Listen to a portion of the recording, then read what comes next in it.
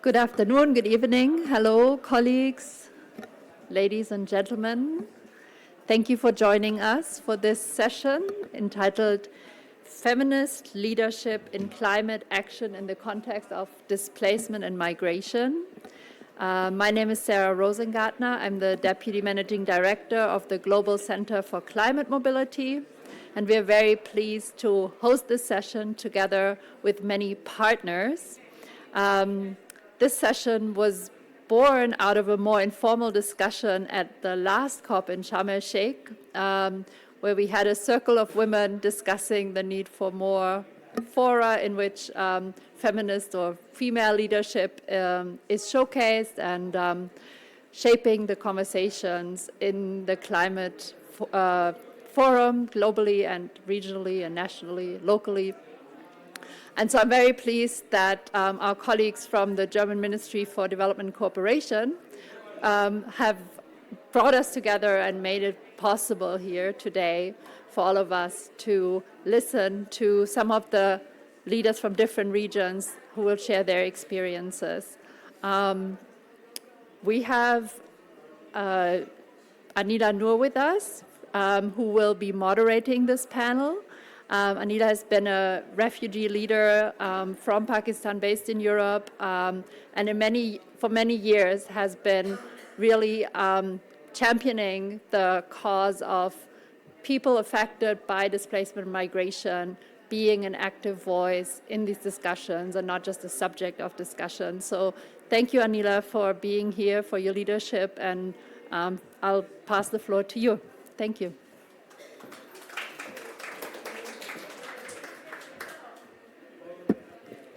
Thank you, and special thanks to Center for Mobility to let us in your space, and we as a feminist leader make sure we make a safe space and respect, and to make sure the voice is being heard not as a story but as a solution. Thank you so much. My name is Anila Noor. Originally, I'm a daughter of forced migration from the Kashmir to Pakistan to Netherlands. And being a lived experience person, we are making sure our knowledge take as a serious knowledge, and we as a feminist leader bring the solution to the climate, which is reality today. I'm super happy to co-host this session with our amazing partner like BMZ, UN Women, and other actors. And why this session is very unique. I'm standing in front of you who is very new to Europe, very new to this domain, but we are not new in our struggle, in our efforts, and in advocacy when we are bringing gender lens, migration, and the climate. You can imagine as a refugee-led organization, which is very new, just came into the bin in 2019, how we are making sure we are not being taken as a token, as a setting the stage only to tick the box, but to create a partnership. So thank you so much, and big hands, applause to all the actors who take us as a partner.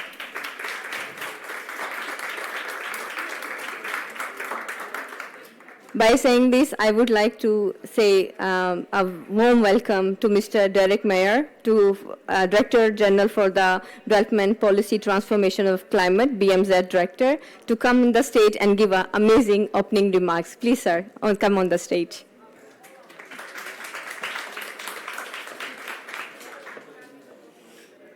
Yeah, thank you very much for this very warm welcome. Is it? Oh, yes, it's on. Yes. Distinguished guests, dear colleagues, let me start by thanking New Women Connectors for the initiative to organize this joint event. And thank you to the Global Center on Climate Mobility as our host, and to all other co-sponsors and panelists. It is a harsh reality of our times that climate change threatens the lives and livelihood of many. And part of that reality is those who contribute least to climate change are hit hardest by its consequences. And almost all the side events I attended, that was part of all our discussions and the searching for solutions. The climate crisis already has a strong effect on displacement and migration, and this is likely to increase in the foreseeable future. Gender inequalities influence how strong a person is affected by climate change and whether they have access to coping mechanisms and resources. Gender inequalities also influence migration decisions and experiences. This is why we need to look at the nexus of gender, climate change, and human mobility. It is a great sign that this topic is already being addressed in multiple fora such as COP, the Global Forum on Migration and Development, and the Khartoum process. But there is still more to be done, especially when it comes to connecting the climate and migration policy fields, and that is another learning from my days on the COP, that we are connecting a lot of topics together to climate and see how closely they are connected to each other and influence each other. Our event today focuses on feminist leadership in climate action in the context of displacement and migration. And saying that, I'm very proud to serve for a minister from the BMZ who regards herself as a feminist leader. I'm sure there are many ways to unpack the meaning of feminist leadership, and I'm really looking forward to learning more during the roundtable discussion. The aspect I would like to highlight is our responsibility to listen and to give room to the people that are most affected. They are the ones who bring vast knowledge and expertise on climate action as well as on needs and solutions related to migration and displacement. Understanding and acting against unequal power dynamics also lies at the heart of our feminist development policy. That's the result of having a boss regarding herself as a feminist leader, with a focus on equal rights, representation, and access to resources. One example I would like to highlight here is the Action Network on Forced Displacement, which was launched by our ministry at the first Global Refugee Forum in Geneva in 2019. The network provides a platform to enhance the political and economic participation of displaced women and supporters. Anila Noor is one of the spokespersons of the international network that includes members from all over the world, and we are really, really happy that we were able to have this joint event today. That being said, I do not want to make much more room. Let me close by thanking all our partners for ensuring that gender and human mobility are visible at the COP. Germany is proud to work together with you and to support the Climate Mobility Pavilion again this year. So, dear Anila, handing back to you with many thanks for facilitating this event. Thank you very much.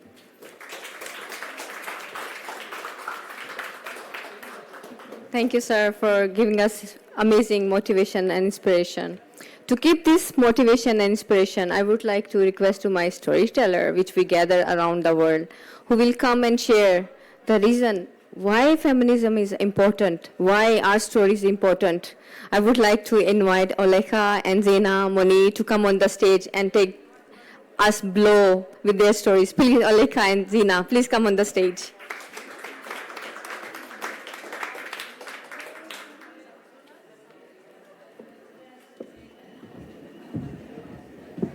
Hello, everyone. Nice to be here. My name is Olanike Oluboji Daramola, and I'm a Nigerian. I'm the founder and program director of Women Initiative for Sustainable Environments. We've been in the field for upwards of 19 years, and I'm here to tell in just 4 minutes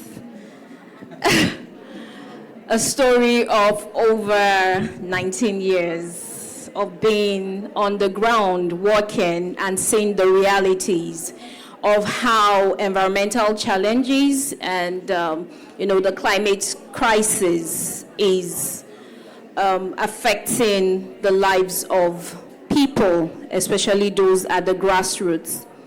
So as a child from about age 5, I could tell that I had this very strong connection to the environment. I really didn't understand why I felt this deep sense of connection and care. But I remember as a child, while traveling from Kaduna, where we're based, to different parts of Nigeria, I would see young women, old women, children carrying heavy loads on their heads, walking over long distances. I really couldn't understand what was happening because I grew up in the city where I had access, to some privileges.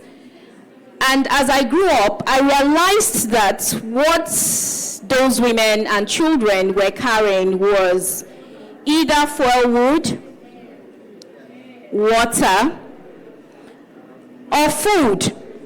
And you couldn't tell where they were coming from or where they were going to, which meant they were walking over long distances. And this brought me face to face with the realities of the disparities that existed in the world.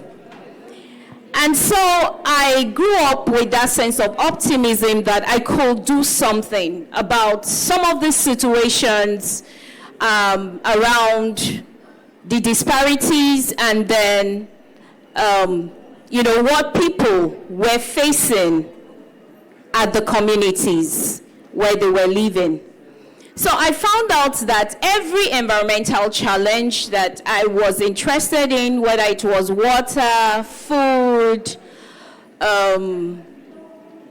anything economic, that had to do with having a better life, it took me back to the doorsteps of women in the community. I found out that a lot of these women would trek over long distances, to go fetch firewood. They're the ones that till the land day in, day out, but they didn't have a right to own those lands. I also found out that for water, more often than not, it's the women in these communities and the children who go to fetch water, but when the interventions are being planned, their voices are missing. So it was very obvious that women lacked leadership in addressing these very issues that is connected to their lives. And in the face of climate change, you meet women farmers who didn't understand why their crops were not doing well. They didn't understand why, the rain wasn't coming when it should come. And these shaped and influenced, the solutions that we were developing and, taking back to the communities to rewrite the stories of these women. And so in 2004, I founded Women Initiative for Sustainable Environment. And what we've been doing on the platform of the organization is putting knowledge, information, skills, and seed capital in the lives of these women so that they can rewrite their own stories.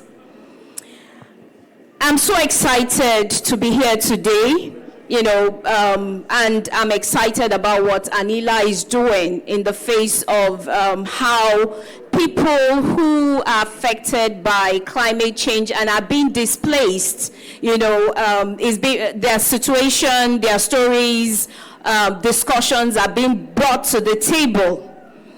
One of the things that has worried me over time is that every time we talk about, the people who are the worst hit by the climate crisis, I've come across different statements credited to the United Nations Secretary General, Antonio Guterres. The UNDP also reported that 14 women and children are likely to die, 14 times likely to die than men in the face of any climate disaster. Yet women are the first responders when anything happens. So I keep asking, why are their voices missing at the decision-making table? We need to build solidarity. We need to create awareness about the solutions that are being driven by the women on the ground. Power has to shift now. Thank you.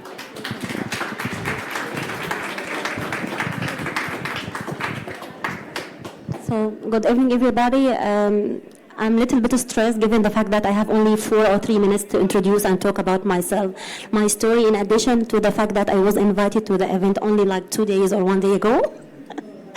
So I have double stress. I hope you could take this into consideration when I'm telling my story because it's quite complicated one. So actually my passion for environmental justice and climate action didn't start like my colleagues since I was a kid or a child. However, I started in Germany while doing my PhD back in 2011, 2012. At this time as well, the Egyptian revolution erupted and the Arab uprising and the environmental movements in the MENA region erupted. In my opinion, the Arab uprising were not only about political mobilization and toppling down like dictatorships or undemocratic system. However, I describe always it in my writing as like a green spring, in the sense that it brought to the forefront like environmental issues and environmental rights, and people in the Arab region have become more and more concerned about pursuing their environmental rights. Therefore, in the wake of the Arab uprising, a number of environmental movements erupted in the region. One example is the Egyptian Against Coal movement in my home country in Egypt. And this movement erupted in the wake of the Egyptian government decision to reintroduce coal as like one of the energy mix in region after lifting a long ban in using coal in Egypt. The second movement was like no for fracking in Algeria, and this movement like happened in the wake of the Algerian government to allow the French company Total to look for shale gas in the Algerian desert. Another example is no for We Are Not Trash in Morocco, and this movement happened in the wake of the Moroccan government to allow importing trash from Italy as a cheap source for energy. In Lebanon, we have Use Tank movement, and this movement happened in the wake of in the light of the failure of the Lebanese government to perform the basic service to its citizen, which is like garbage collection or like the management of the waste. All these movements is about environment. However, it's not about like a mere cry for a clean environment. It underpins broader political, environmental, social, economic demands for the Arab citizens. Since then, my passion for environmental justice and climate action started and grew up throughout the years. In the light of these environmental movements, I performed like an extensive study about environmental movements in the Arab region, and I claim that I was the first Egyptian and Arab female to perform such kind of study about like environmental movements in the region and the role of young women. And actually, the outcomes of my study reveal that young women, young activists, female activists played a rigorous and a very important role in shaping the discourse around such kind of movements. It's not about like they claim for their environmental rights. However, they need to be empowered in the decision-making circles. They would like to vote their needs, their concern, how they would like to play an active role as an active citizens, how they would like to fight corruption, like main control over the decision-making circles, and so on. So it's not, these environmental movements were not a mere cry for a clean environment. However, it reflected like the power imbalance in the Arab region, how women are marginalized, like the women longing for environmental rights and also to be empowered. After these movements, actually, it was not enough for me to work as a scholar. However, also I have a side career as environmental journalist. Usually I cover like climate risks and climate impacts on indigenous community in different Arab countries.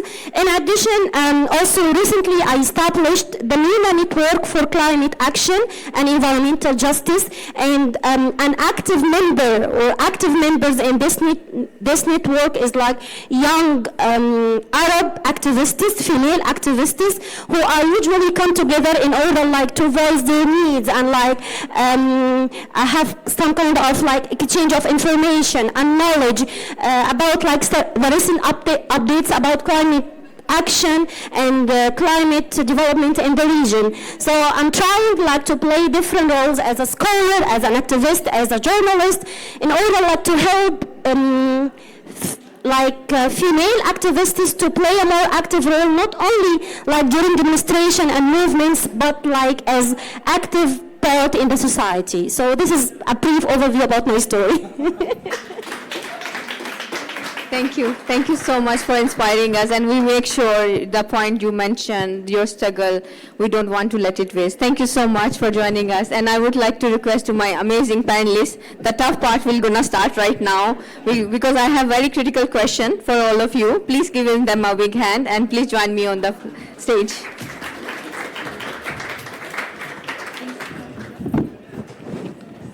So we're going to share our mics. So maybe you can.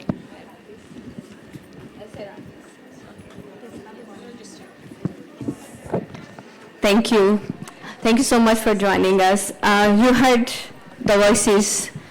While Olika and Nena, they were sharing their stories, this kept reminding me as a woman of color, as a woman who are in the migration, who are feminist leader, who is very much progressive, but still, when we are talking about climate, we have this question, do I have a right to talk about it?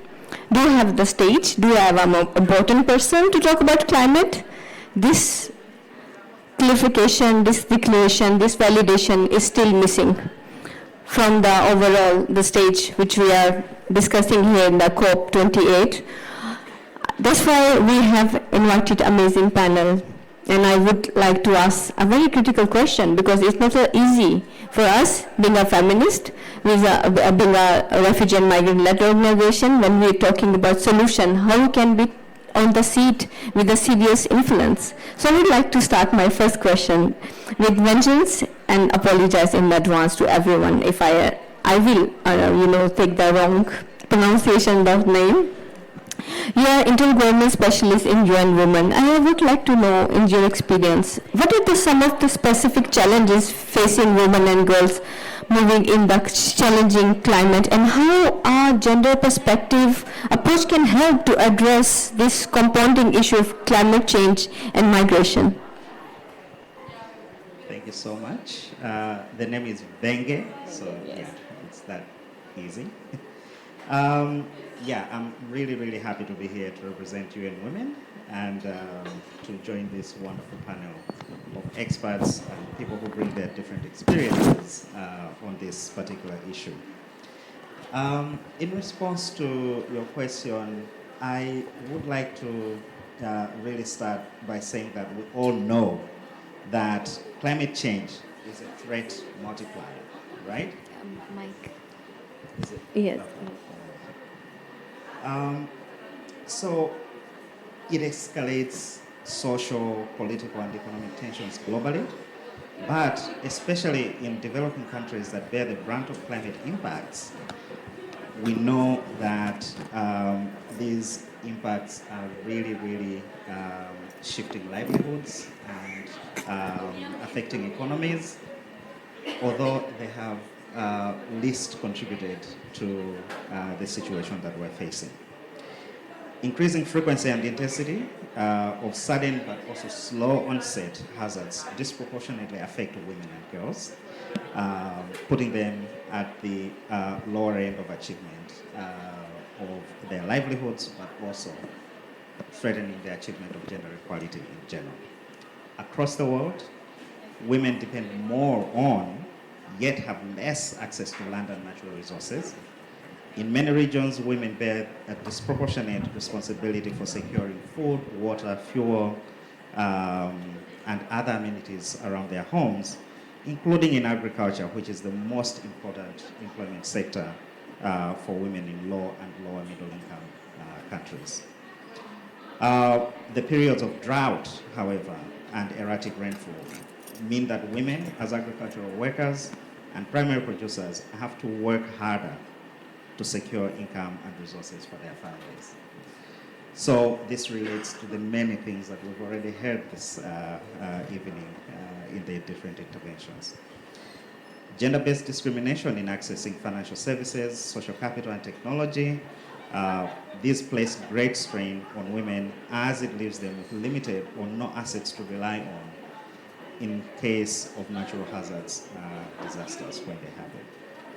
So as climate change intensifies around the world, more people are migrating in search of safety, livelihoods, and employment opportunities. And yet, access to safe and regular migration channels remains largely out of reach for many, furthering the risk of human rights violations and other dangers.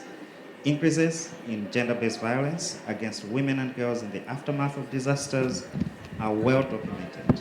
We have this information, especially for those who are displaced or living in camps without privacy. For those that are, their lives are beyond the gender binary, the impacts of climate change are woefully understudied and unaddressed. As is evident, the climate crisis is not gender neutral, and our responses to it cannot be either. Climate change amplifies existing gender inequalities and poses unique threats to livelihoods, health, safety, and dignity of people, which has disproportionately impacted women and girls. The achievement of the 2030 Agenda remains our best hope of tackling these cascading global emergencies. But while gender equality is central to all of the Sustainable Development Goals, UN Women data has shown that at the current rate of progress, gender equality will not be achieved for another 300 years. Yeah. We cannot wait that long. We don't have the opportunity to use it. Yes, the mic, you can use my mic. We can't wait that long. Young people, and especially young women leaders, show up day after day in the face of ever-increasing crises, and it is high time that we do the same. In recognizing the urgency for action and not just words, I'd like to conclude my remarks by making 3 concrete recommendations for ensuring a gender-responsive approach to addressing the compounding issues of climate change and migration from a gender perspective. 1, let's invest in the collection, analysis, and dissemination of sex-disaggregated data and gender statistics on climate change and migration to support evidence-based policies and programs. Data can help governments, but also advocates from civil society and other groups to help shape relevant policies. Secondly, it's critical to develop and implement gender-responsive and evidence-based policies on climate and migration that address the specific situations of vulnerability that many women and girls are facing, including their heightened risks of gender-based violence and trafficking in persons. Thirdly and finally, climate action must provide dedicated financial resources to ensure the full, meaningful, and equal participation of women affected by climate change. We have heard so many pledges being made in this COP already in the first few days, but there has been very little deliberate mention on some of these very pertinent issues that women, girls, and gender diverse people are facing in different contexts, including migration. I will stop there for now. Thank you. Thank you so much for raising this question and the recommendation. We really need investment. We can't wait 300 years. We really need data to make sure where we are standing, what we have achieved, and why we couldn't achieve what we want. Thank you so much. I will go to my next panelist, Shruti Narayan. You are Regional Director of South and West Asia in C40s. And coming from South and West Asia, Shruti, I would like to know, when looking at South and West Asia, could you like to share some insight on climate action in the urban context? Because it's very special when we are focused the role of women. Please, Shruti, over to you. Thank you so much. And I would just like to thank this extremely inspiring start. So thank you for my previous panelists. So I'm just going to kind of give two statistics. One is since 2008, we have seen nearly 380 million people displaced, which I don't know how many of you have been to India, but that's nearly almost, 10 New Delhis. Or like Delhi is 30 million people. So imagine the scale of people that are getting displaced. And 40% of that displacement has happened in the last 2 years. And 80% of that displacement is women. And these are statistics that are there. Now, C40 cities focuses on cities. And why cities? So the other set of statistics is that cities occupy 2% of the landmass, but contribute 80% to the GDP of the world. And people that get displaced move to cities. And in Global South, which is probably one of the most vulnerable area, is getting existing cities that are already stressed with resources, issues of informal settlements, poverty, are burdened even more with the migration. In my region that I look at, which is South and West Asia, it's a challenge that mayors face every day of functioning.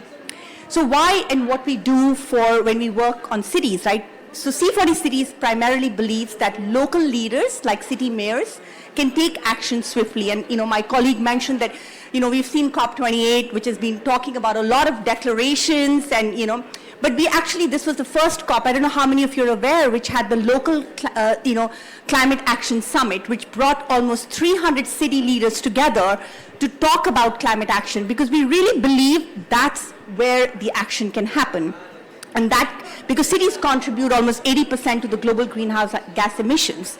Now, what do we do as C40, right? We really believe, and I think this is something which was also said by the storytellers, that action needs to start from the beginning, right? So when we are supporting cities in developing data-driven climate action plans, we engage with all stakeholders, including women, because we believe that it has to, you can't develop an action plan and say that, okay, now let's go and see how we can include gender or look at women or elderly or children, right? It has to start from the beginning. So how do you kind of develop data-driven climate action plans that include women as a part of the whole assessment that are multi-sectoral? So how is mobility happening? What are some of the ways? Every aspect of our actions are very, inclusive in their making.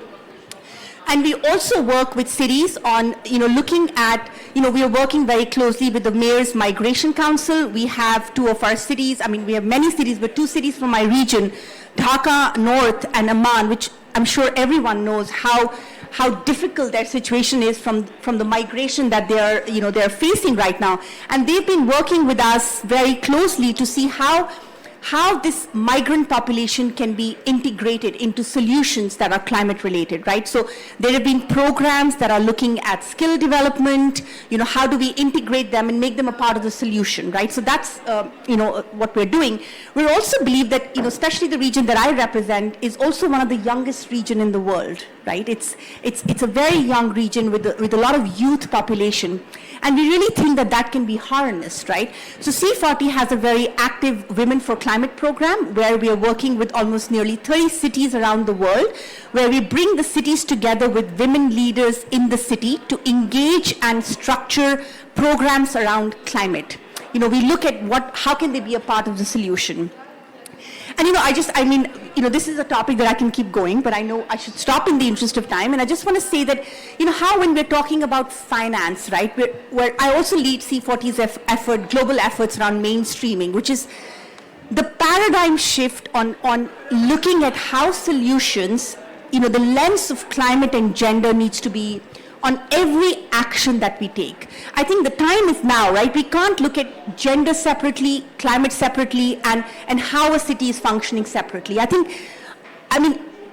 even imagine, I'm sure each one of us knows that we're in the midst of an absolute climate emergency. And if we do not take action now, it's going to be too late.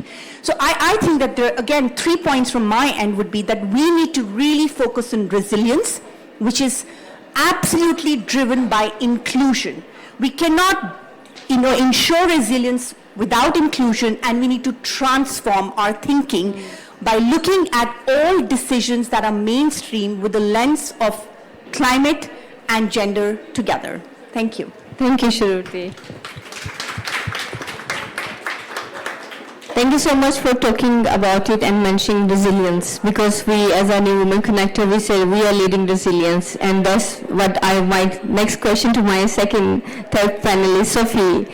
I really want to know your experience, because you are working with a woman from the resilience background, and I want to know, how does women's resilience in the face of climate mobility contribute to peace, climate justice, and local resistance against enforced displacement as well? Sophie, over to you. Yes. Yes. Hi, I'm Sophia, and I'm part of a network of 23 women in Colombia called Women for Climate Justice. We are diverse women from different territories. I myself coming from an urban background, from the urban side with a peasant background. Also, there are women from the indigenous communities, also from the Afro-descendant communities. We are 23 really diverse women from 16 regions of Colombia. Colombia has 1% of vulnerability in all the municipalities for the effects of climate change. And Bogota, which is the capital, is the second city which faces most vulnerability to these effects and to these disasters. So I want to start touching base on the principles of climate justice, because I think we cannot talk about migration or mobility without addressing the needs of having, without recognizing the inequality of the effects and responsibility of the extractivist, colonial, and oppressive society on the territories within our countries, especially shared experiences in different regions from the global south. So when we talk about internal migration and enforced displacement in Colombia, this has been directly correlated to the internal armed conflict, meaning when climate justice interferes, because these conflicts have been around land defendants and and the resistance of the communities against the illegal land grabbing from the illegal armed groups, but also the legal extractivism and the legalized extractivism of the territories, meaning the energetic and mining sector to feed usually the need for energy that does not come to our territories. So right now, when we talk about enforced displacement, Colombia has faced more than 8 million enforced displacements in between the year of 1985 and 2022. And just between 2008 and 2021, 8 million people were displaced, and 3.6 million people were displaced due to climate disasters. Now, when we arrived to Bogota, this is the point I want to touch base on. Taking into account that I mentioned Bogota is the second most city to face vulnerability to the climate effects. Arriving as a displaced migrant, usually these women arrive to the areas that are not resilient to the climate disasters. There is no real adaptation or infrastructure that can support and that actually can take on the effects of the climate change. So when these impoverished areas also face once again a climate disaster, there is a need of another internal displacement within the city, which this usually happens to one point to another one. So it's a continuous cycle of displacement and migration within the cities. Right now, for the past years, 20,000 children have been displaced due to climate disasters. But also when we talk about women leadership, we talk about not only the generational trauma that has not been addressed in the non-economical losses and damages and the lack of support in this area, but also this generational resistance has been passed. And this is when we address leadership, because women are resistant and women are acting to defend and stay on the land that they have been raised on. Usually when men are taken to war, to talk about more this area too, women are forced to hold their community and find a new home. A home that will never feel like a home when you know the land you've always known will never be your home again. It is a collective issue. It is an intersectional fight. Women in the Global South are resistant for the land, but also defending it. And today we've conducted, with part of the group that I'm from in Women for Climate Justice, we've conducted a research and a data collection around peace and women leadership, most focused on the peasants, women, and the environmental defenders on the region of Norte de Santander, which is a region that really and highly affected by extractivism. And the conclusion that we've come to is that women in the territories are leading the climate action in Colombia. So when we talk about the support of these women leaderships, when we talk about how to actually have a climate action that it's sustainable, that it's tangible, and that it's going to be addressing a change of the system, we need to support the women that are resistant to not be detached from the land. We need to support the real solutions on nature conservation and the projects that comes from the communities. Thank you so much, Sophia. It's so inspiring. Yes, we are women. We are really making sure we take the lead. Thank you so much. We touch upon the perspective of UN agency. We touch upon the perspective of Asia and Latin America, and it's not possible we don't talk about Pacific. By saying this, Ms. Sugo, thank you so much for joining us. And I would like to know if you could share your work in Pacific, and could you share your perspective on indigenous women and their role is addressing climate action in the context of migration and displacement. Please, over to you. Thank you so much. Warm Pacific greetings, everyone. Bulabinaka.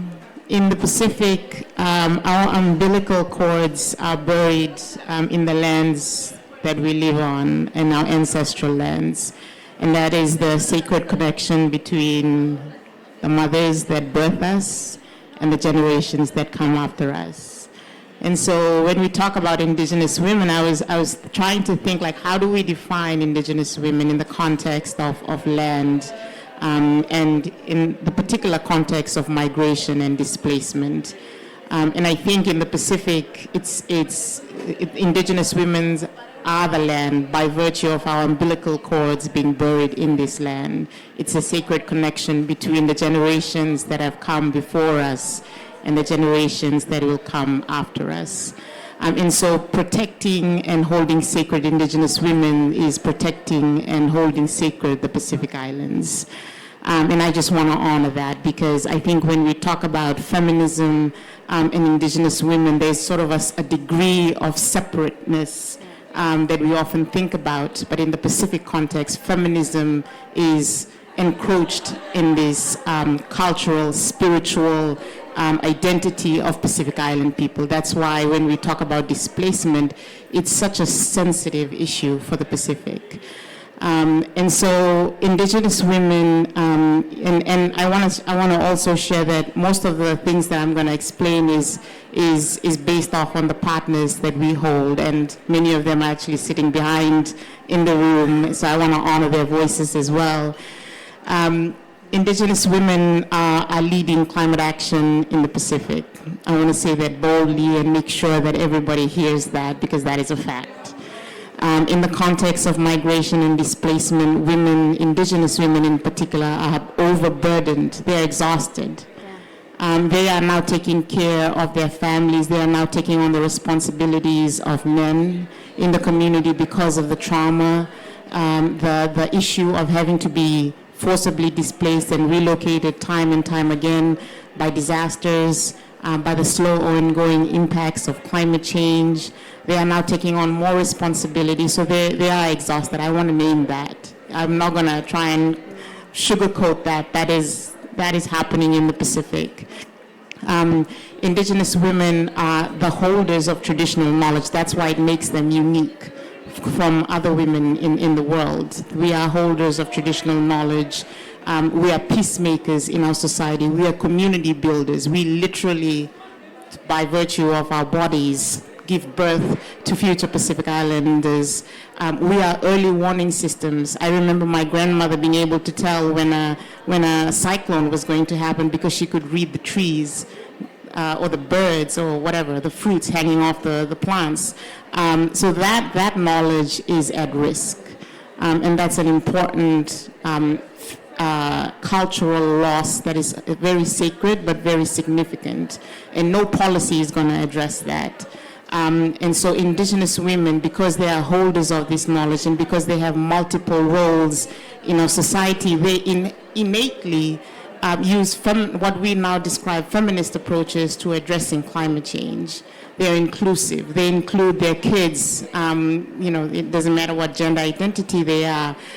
They include men in the decision making. They respect men because of our patriarchal society, but there's also a challenge of having to always go against the status quo when they are the ones that know about these issues but don't often have enough seats at the table. Now, in the context of the Pacific, gender-based violence is very important to name because we have one of the highest rates of gender-based violence in the world. So when you're looking at indigenous women who are the front lines of the climate crisis, who are leading the response to this issue of climate migration and displacement, you have to then look at the overarching landscape in which they live. A high rate of gender-based violence, a society where not enough women are represented in decision-making in all sectors. I mean, not even including climate change.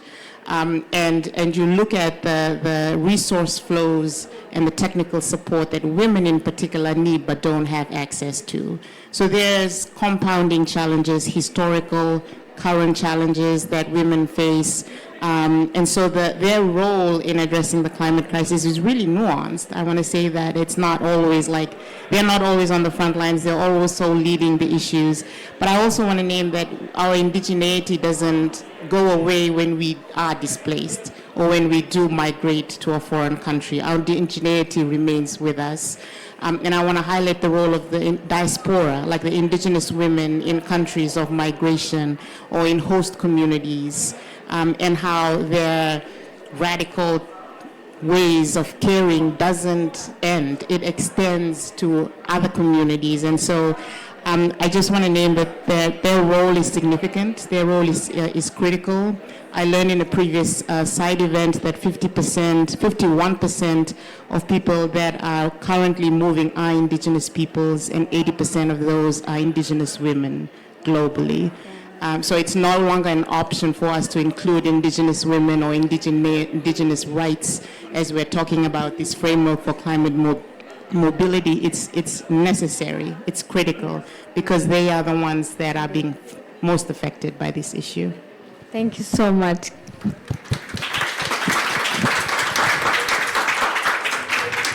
Thank you so much for sharing. Like, we are tired, we are exhausted. It's not only only one part is screaming, another part is not listening.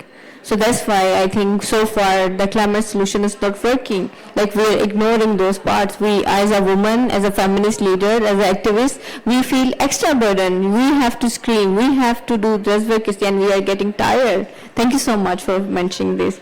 By saying this, I will go to my last panelist of the day, Seyran. When we were preparing, we were talking about how even sometimes I get tired of we look like Western activists. That's why I'm wearing my Desi Pakistani dress today to celebrate our success.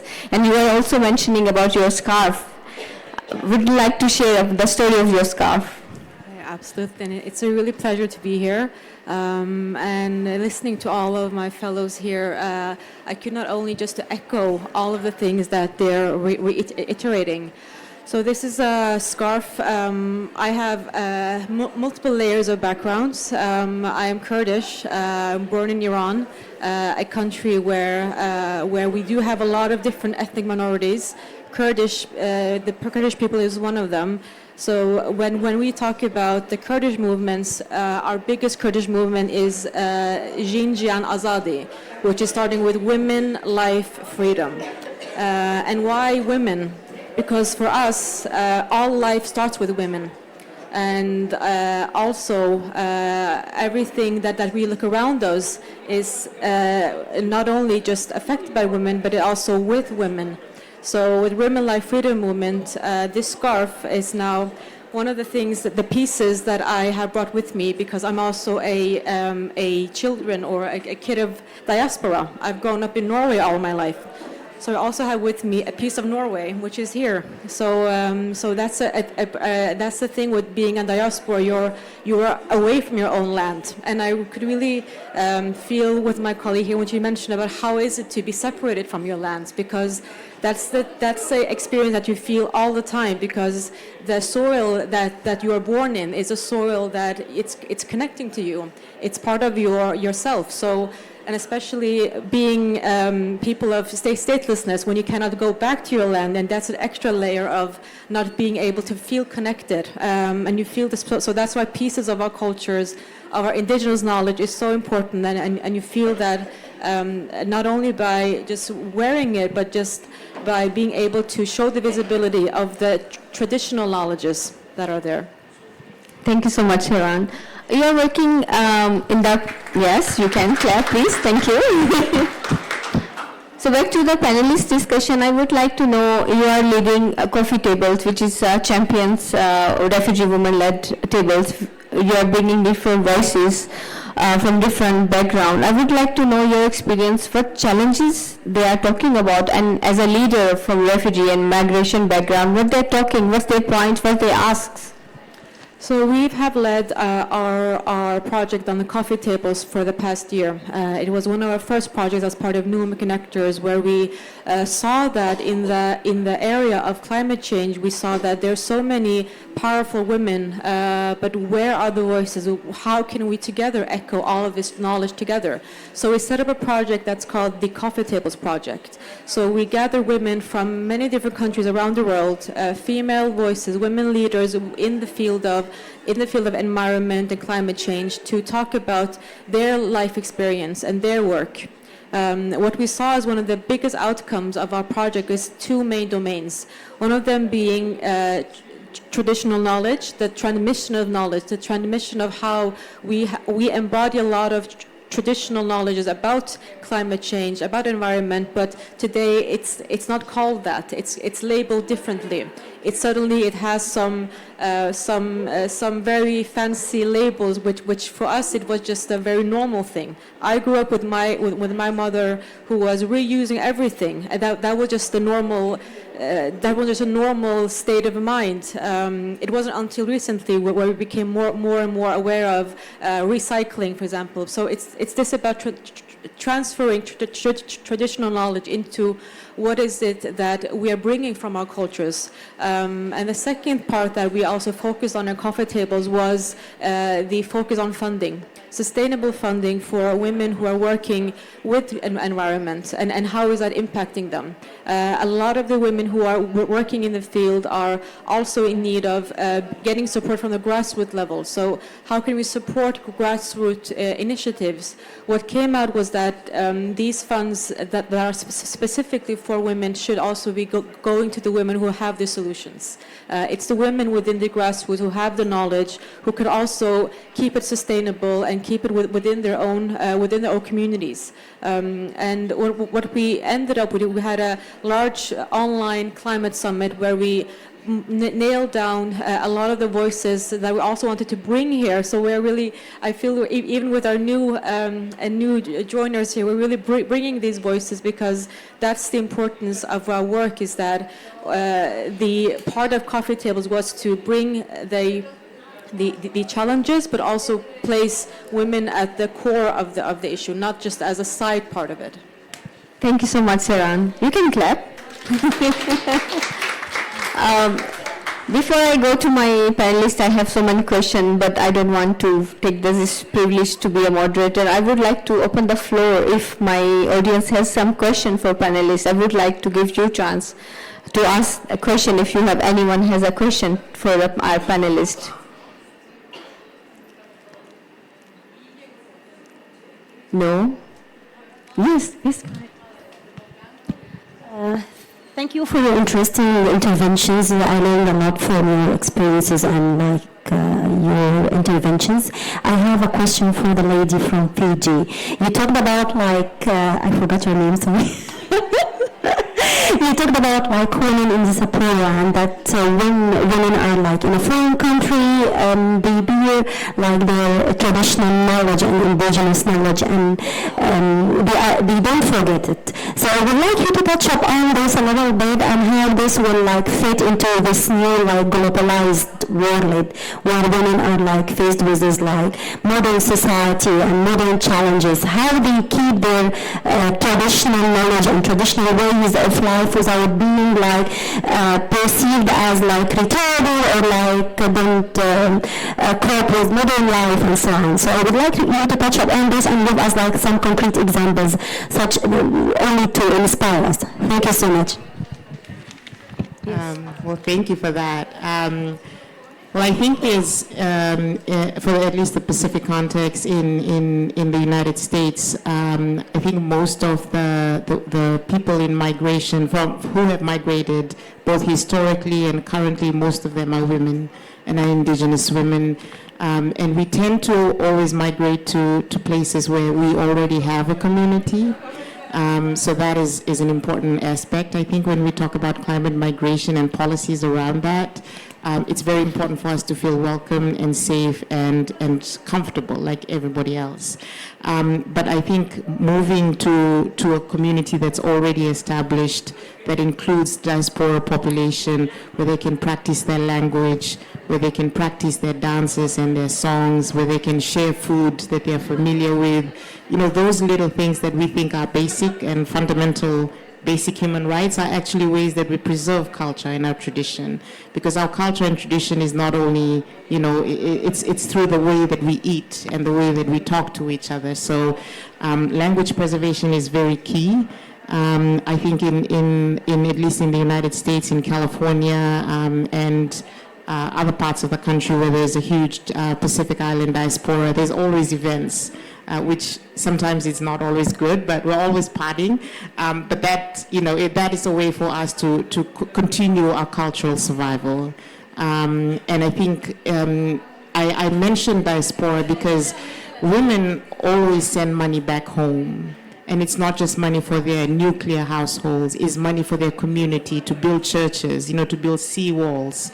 Or to help communities as they're relocating or as they're being displaced. Sending money transfers is probably one of the highest sources of revenue for most Pacific Islands. And if we trace that back, we see where it's coming from. It's actually from indigenous women who have migrated or who have forced to go into these unhumanely labor schemes because of this responsibility to protect those back at home.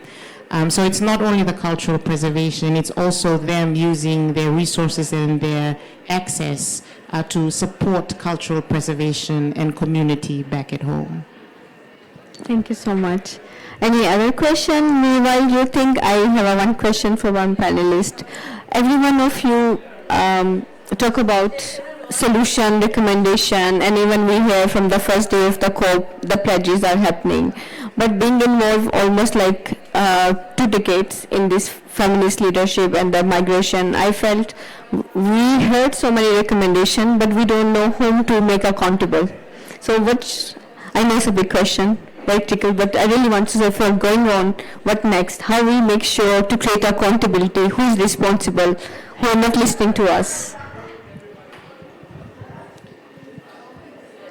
I would say all of us are responsible. We're responsible for calling out where the problem is. There are others that are responsible for making sure that actual change happens. I think when they talk about climate action being a whole of society approach, it really, really needs to reflect that each and every individual is part of the solution. We have had so many powerful young people speak at this COP. They are still engaging in many. We have had one powerful statement even on this panel. I think we need to make sure that they are not just spending their voices for nothing.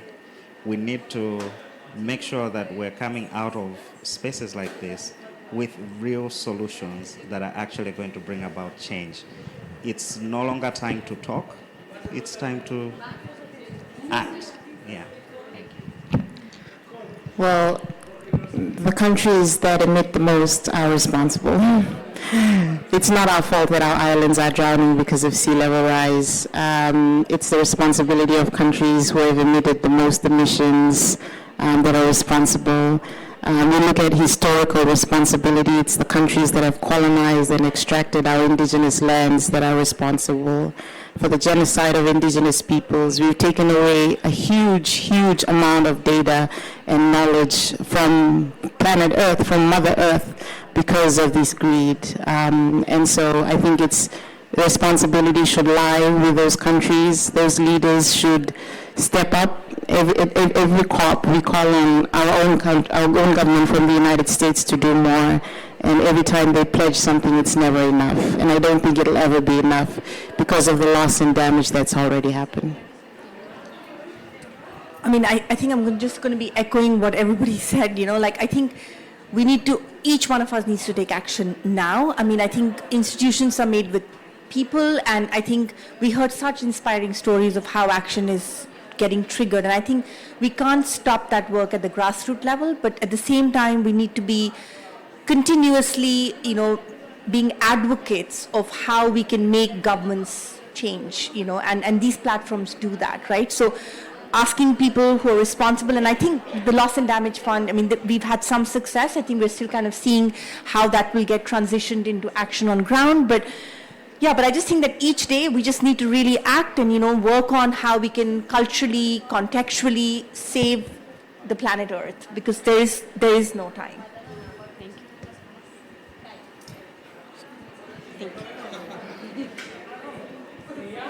I think it goes both ways.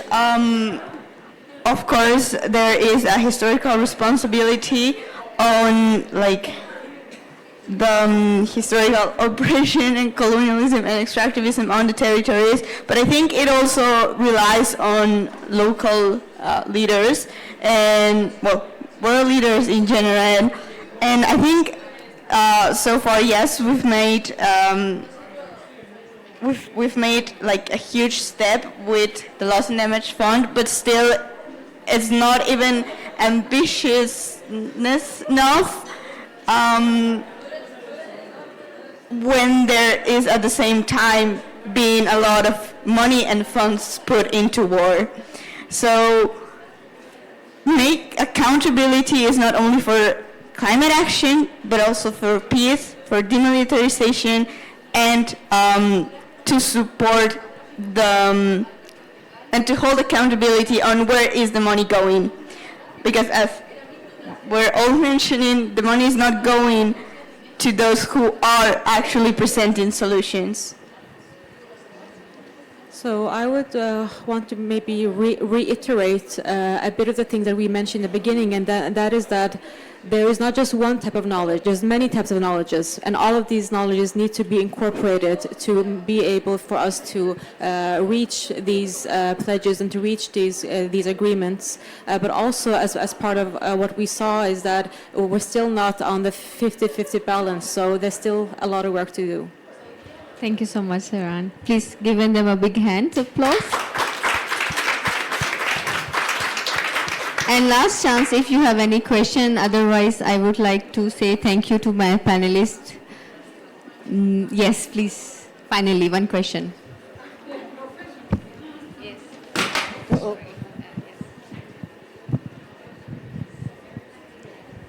Thank you so much. My name is Magdalena. I work for the Friedrich-Ebert Foundation. I have a question to you, Shruti, on the cities, because when we hear climate inaction and how it affects women, it's often mentioned that it hits the female workforce because a lot of them work in agriculture, right? And displacement means the loss of the possibility to generate an income to provide for the family.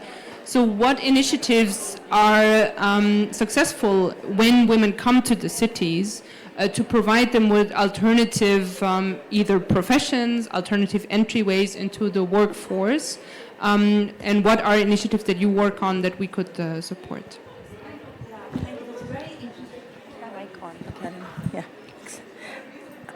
Okay, so that's a very interesting question, and I can give you a few examples because, I think it differs from city to city and the context. But for example, in Amman, we're working with the city on looking at how women can be skilled to provide solutions around water management, so are they being trained around, skills around plumbing and, aspects like that. In Accra, we're working with the government there to see how they can be integrated as a part of the waste management workforce. So there are many, ways of integrating women. I think it's important when we're looking at climate solutions that women are looked at as an important workforce, right? And the other point that I want to highlight is that sometimes the solutions are very linear and they're not systemic. And I'll give you an example. For example, we sometimes create, we give incentives for like women on free buses or they'll become truck drivers, right? But that's very isolated because the reason why women may not even want to take that is because the infrastructure that's provided to them on stopping stations does not give them a separate toilet. There is not a separate resting space. They are sometimes subjected to, exploitation, etc. So I think it's about really looking at the inclusion of women in a workforce in a very, very holistic way. So I don't know if that answers your question, but okay, thank you. Thank you so much. And as you see, I am standing here because first of all, I would like to say thank you, a big thanks to all of you and all of you to have a patience in that much noisy space to make our own space. Thank you so much.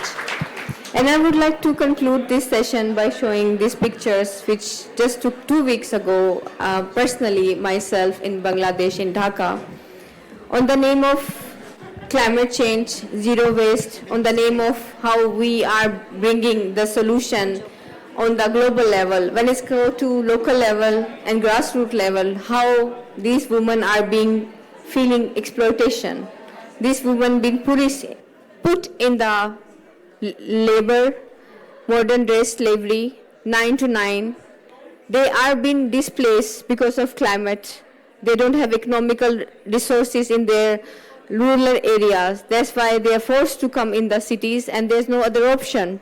And they got in the factories. They are becoming like a part of exploitation because of our international agreement. And without realizing the local needs, without realizing the local culture, how we are incorporated this solution and how this is my request to everyone. That's why I talk about accountability and resources. How we become accountability and how we can bring more resources and knowledge when we are bringing more solution on the table. Thank you so much. Enjoy your COP28 and make sure nothing about us without us. Thank you so much.